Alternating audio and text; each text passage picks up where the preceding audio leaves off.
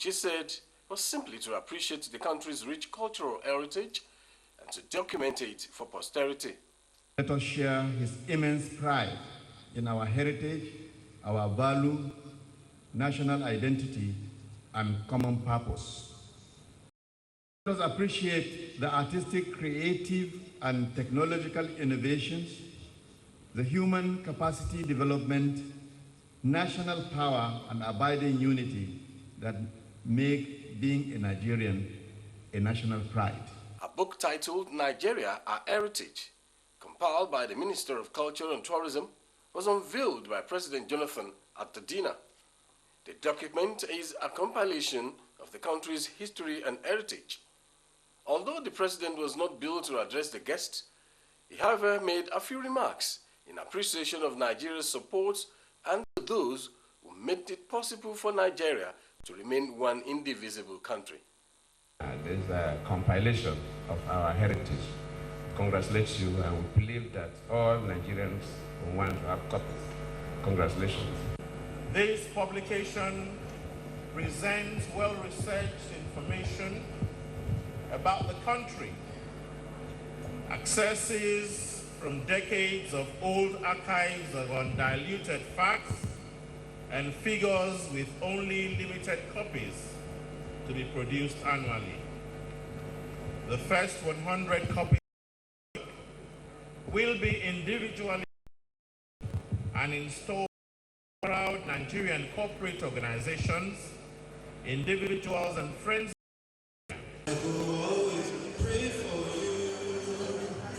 From the banquet hall, Presidential Villa, Abuja, Segun Lawale, NT News. The New York Times, on its front page of October 1st, celebrated Nigeria's unique and successful efforts at ridding Africa's largest population of the threat of Ebola virus. That article set the tone for the 54th independence celebration in faraway Canada, as we hear from our correspondent, Joy Osagu.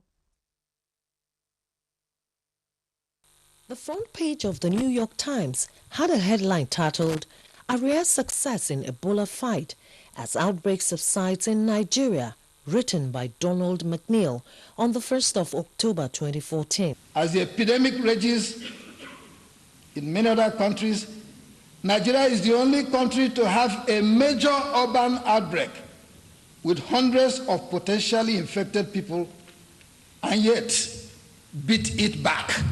That's the New York Times. Nigerians and members of the diplomatic community in Canada celebrated the resilient spirit of the nation at 54, despite the challenges that have shaped the narrative out of Nigeria in the last few months. The Canadian government is consistently supporting Nigeria to confront the experience of terrorism, which the Canadian Prime Minister Stephen Harper described as the existential struggle of our generation. The number of Canadian companies doing business in Nigeria is growing and has tripled recently. Nigeria's Deputy High Commissioner to Canada, Ambassador Charles Onyanwa, and Nigerians had earlier participated in the Nigeria flag raising ceremony from the Canadian capital city, Ottawa. Joy Usiago. The Nigerian community in Egypt converged on Cairo to celebrate the country's independence anniversary. Waziri Zayan has the report.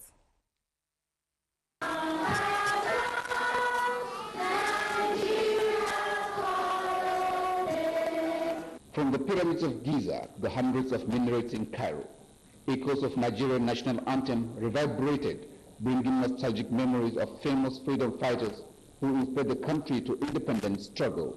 Remember one of our great musicians, King Sunny Ade, that sang Nigeria Yiti Bogowani. I remember late Mama Shata, there is a song he sang, he was saying Nigeria Ani Jaha Jaha. Some Nigerians recall talented indigenous singers who fused folk music into commemorative songs that became symbols of the country's liberation. Drama and exhibition of traditional items, each depicting vivid lifestyle and history from the over 250 ethnic groupings, form central part of the day's observance. Variety, style, symbols, dreams, and aspirations are also depicted through indigenous ceremonial cuisines, whose aroma shift attention from Nigeria's past challenges towards its hopeful future. There was goodwill message from the Nigerian ambassador to Egypt, Senator Lawal Ganaguba. Nigeria and Egypt has gone so much, so long in terms of diplomatic relations and cordial relations. In a rare show of solidarity, traditional troops from Egypt meet Nigerian dances step for step. From Cairo, Egypt, Waziri Zayan, NTA News. Togo has pledged to work closely with Nigeria to further strengthen existing bilateral relationship between the two countries, and particularly in the areas of security. This was at a celebration to mark Nigeria's 54th anniversary in Lomé, that country's capital. Cordelia Ukpoma has the details. That song of celebration welcomed the friends of Nigeria, comprising the diplomatic community, business partners, and Nigerians living in Togo, who converged on the residence of Ambassador Sunday Matthew Adoli to mark Nigeria's National Day. Nigeria's flag flew high against the cool evening breeze as the people interacted and discussed issues just as they were entertained. The ambassador's address contained a genuine reassurance of gradual return of peace to the northeast of Nigeria, with the end of insurgency in sight and the overwhelming clamor for the return of Jonathan in 2015. The entire structure of the ruling parties and many other political parties have massively adopted our performing president as their sole presidential candidate. My wish for Nigeria: progress, peace, unity. Highlight of the 54th anniversary celebration was a cutting of the cake assisted by the Nasimbe siblings, who represented their brother, President 4 Nasimbe. From Lomé, Togo, Cordelia Ukpoma, NTA News. The Flag Foundation of Nigeria has unveiled the first Nigeria National Flagging Carpet platform in Abuja to commemorate the independence anniversary. Correspondent Mohammed Abdulkadir tells us more. The recognition and national honor for the designer of the national flag is adjudged, timely and well-deserved in many quarters. For Michael Taiwo Akinkumi, to place him on a salary of special assistant to the president forever. This explains why the launch of the first Nigeria National Flag Green Carpet platform is considered as a right step in the right direction. It's also one of the mediums that we are using to reawaken that national consciousness. Having spent 54 years, the country is progressing in the right direction. Among 192 member countries under the United Nations, Nigeria as a sovereign nation is well respected and recognized by our national identity of green, white, green. The symbolism of the national flag is what is being portrayed by this event. Make a pledge to your country today and do something unique and great to move the country forward. In Abuja, Muhammad Abdel Kadri, NTA News. Thank you, Muhammad. Nigerians have been advised to keep faith with the nation through prayers in line with teachings of the scriptures. Former head of state, General Yakubu Gowon, stated this at a special prayer session for Nigeria as it clocks 54 years. Ruben Okala reports. The prayer and praise session under the auspices of the Nigeria Praise Project held at the Dominion Chapel, Abuja, and was attended by Christians from various denominations. The believing church prays, great things surely will happen. The congregation prayed for the president and other political leaders, various arms of government, as well as for continued peace and unity of Nigeria. Nigeria will see stability in the name of Jesus. The former head of state, General Yakubu Gowon, expressed optimism that Nigeria will remain strong despite its challenges. Nigeria to fulfill her destiny and greatness in accordance with God's divine agenda and program. I call on all of us, good Nigerians, to arise and to challenge the giants that stand tall against us. Hallelujah! The prayer and praise session was tagged Celebrating Nigeria's Emerging Greatness. In Abuja, Ruben Okala, NT News.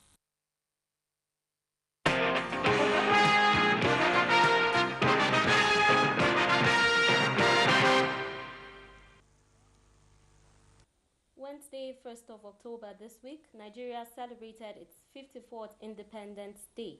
How has the nation fared so far in terms of our social values? Joining me in the studio this afternoon is the State Director of the National Orientation Agency, Mr. Bulus Dabit, who will provide answers to such questions. Good afternoon and welcome on Panorama. Good afternoon and welcome. How will you assess Nigeria's social transformation so far? Well, I think a lot has happened at the level of social transformation in the country. And for us to assess this, we need to look at various strata of our society and see how this has impacted on the individual, on the family, and community, and in our governance. And I think that beginning from the individual level, I like to compare the individual and the nation. An individual who has the right values will make steady progress in his life. And likewise, a nation that has values will make steady progress in its life.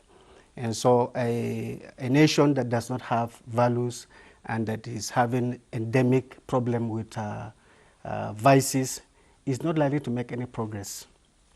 So I think that if we look at individuals in Nigeria and we want to look at their level of participation in governance, we can say that indeed the Nigerian individuals and citizens have imbibed some core values of governance and they have been participating effectively.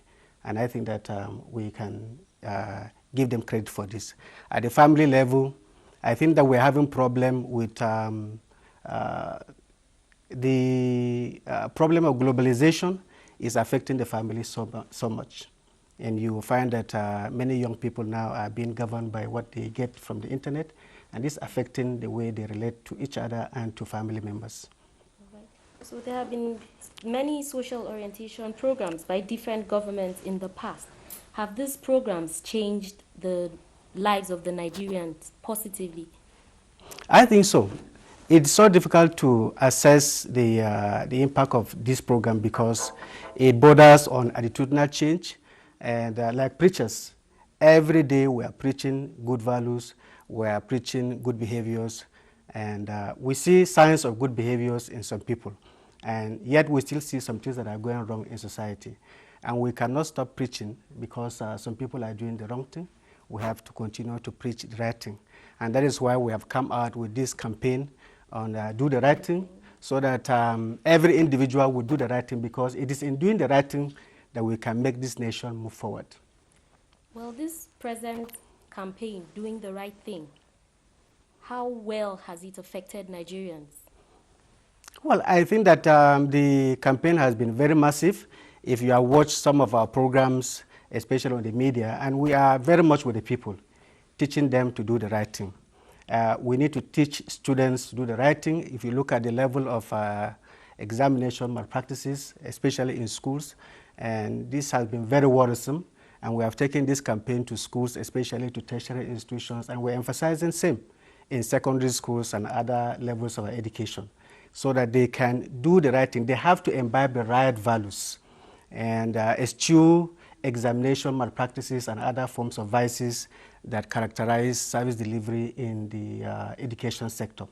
And I think that the campaign has been well received by students and by administrators of tertiary institutions. So I think that the campaign is very successful, and we are looking at other strata of society so that we can push this campaign too. So in other words, you're saying you're trying to catch them young? Certainly, certainly. We have to catch these young people at the level where they are already consolidating on values for life. And the young people are the engine room of our national development. If we do not give them the right values, it's like having a car that has bad fuel inside, then the engine will get knocked somewhere. So I think that we're doing the right thing because we have recognized that these young people are the engine room of our national development, and we have to get them at the level that they are being socialized to grow up to become adults that will become nation builders, and they need instruction for living. They need values for living, and we are just doing about that. Still talking about doing the right thing campaign. Yes. Comparing it with other campaigns in the past, does it mean that those ones have failed? No, it doesn't mean that those ones have failed. In the past, especially under military regime, the campaign had been militarized. The rules were so hard for people. The people were not carried along because the government at that time was talking down on the people. Now we are not just talking down on the people. We are facilitating with the people. We are meeting with the people, and the people themselves are generating information about social values that they can use without necessarily using a big stick on them. They know the right thing to do, and we have to facilitate the discussion amongst them so that we can find our path to national development. All right then. So what is the level, or how would you rate the level of the campaign right now in the country? Well, when we started the campaign, the campaign is not just, we are just stimulators. So we started the campaign, and the expectation is that other sectors of the society, especially NGOs, religious organizations, and other stakeholders have very, very big roles to play in this campaign. As I told you, it is an area that many stakeholders are working in. The religious people are working in this area. Civil society groups are in those areas, but we provide the lead in this campaign. And I think that we appreciate all the roles of stakeholders in this campaign of doing the right thing. I'm sure you are faced with challenges. If so, well, the major challenge that we have in the country is the challenge of insecurity. As you are aware, we are brothers, and we are supposed to be each other's keeper and protector, but we now have a situation where brothers are fighting each other. This is a big challenge to us, and I believe that it's also a challenge to security people, especially the army. They are not trained they are trained to fight enemies that are coming from outside, but now you have a situation where the brothers are fighting, and how do you know the problem that they have, because the problem is internal. So it's a very big challenge, but I think that we are not relenting. We are taking this campaign to the nooks and crannies of society. We're having big challenge because some of these areas we cannot also access. And some of our officers are also endangered by the insecurity because they cannot freely operate and also organize programs to address some of these problems. Well, as Nigeria marked 54 years of nationhood, what advice or what message do you have to the leadership and followership? Well, my advice that I have for Nigerian citizens is that we should demonstrate high sense of loyalty to the nation, have faith in our leaders, and to know that whatever challenges we're going through now, it will be for a short time. I believe that we'll soon put some of the challenges behind us and move forward. Thank you very much for coming on the program. I've been speaking with the State Director of the National Orientation Agency, Mr. Bulus David, who has been talking about social values in the country. Panorama continues shortly.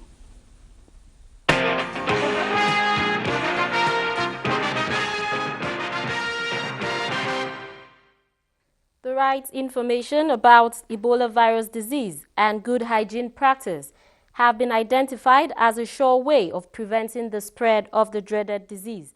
Chairman Public Enlightenment and Social Mobilization Subcommittee on the Ebola Prevention and Containment in Plateau State, Mrs. Olivia Daziam, stressed this at a sensitization meeting on the disease for stakeholders in the Northern Senatorial Zone. Jummai Stephen reports. Chairman of the subcommittee and Commissioner for Information tasked stakeholders of the critical roles they have to play in enlightening people in their various communities. Given an overview of the epidemiology of the disease, Secretary of the subcommittee, Mr. James Watan, explained that the disease is an acute severe viral illness with a 90% death rate.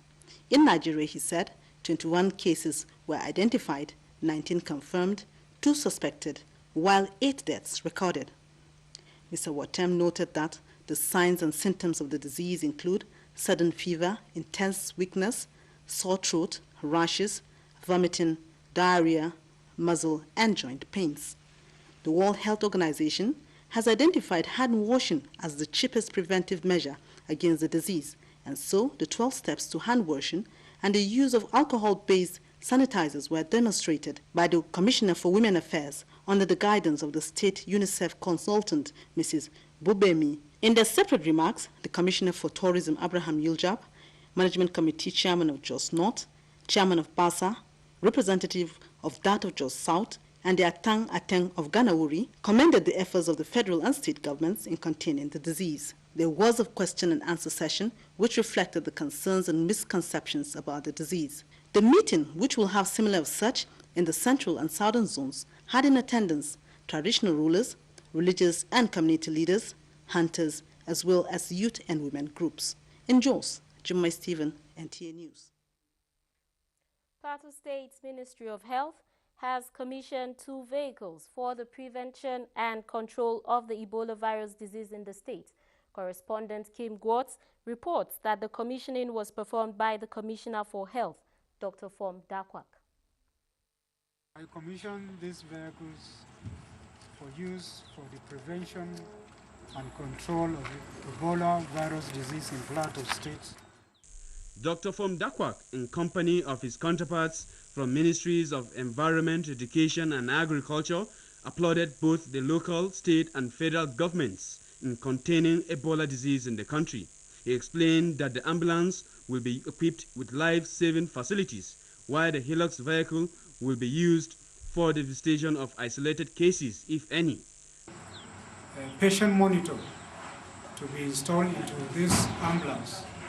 The machine is a patient monitor that monitors the blood pressure, automatically monitors the patient's blood pressure, heart rate, respiratory rate. Dr. Fom Dakwak warned against the misuse of the 2 vehicles as they are specifically meant for prevention and control of Ebola. In Jos, Kim Gwartz, NTA News. And that does it on Panorama from Jos Network Center. Thanks for your time and have a blessed weekend.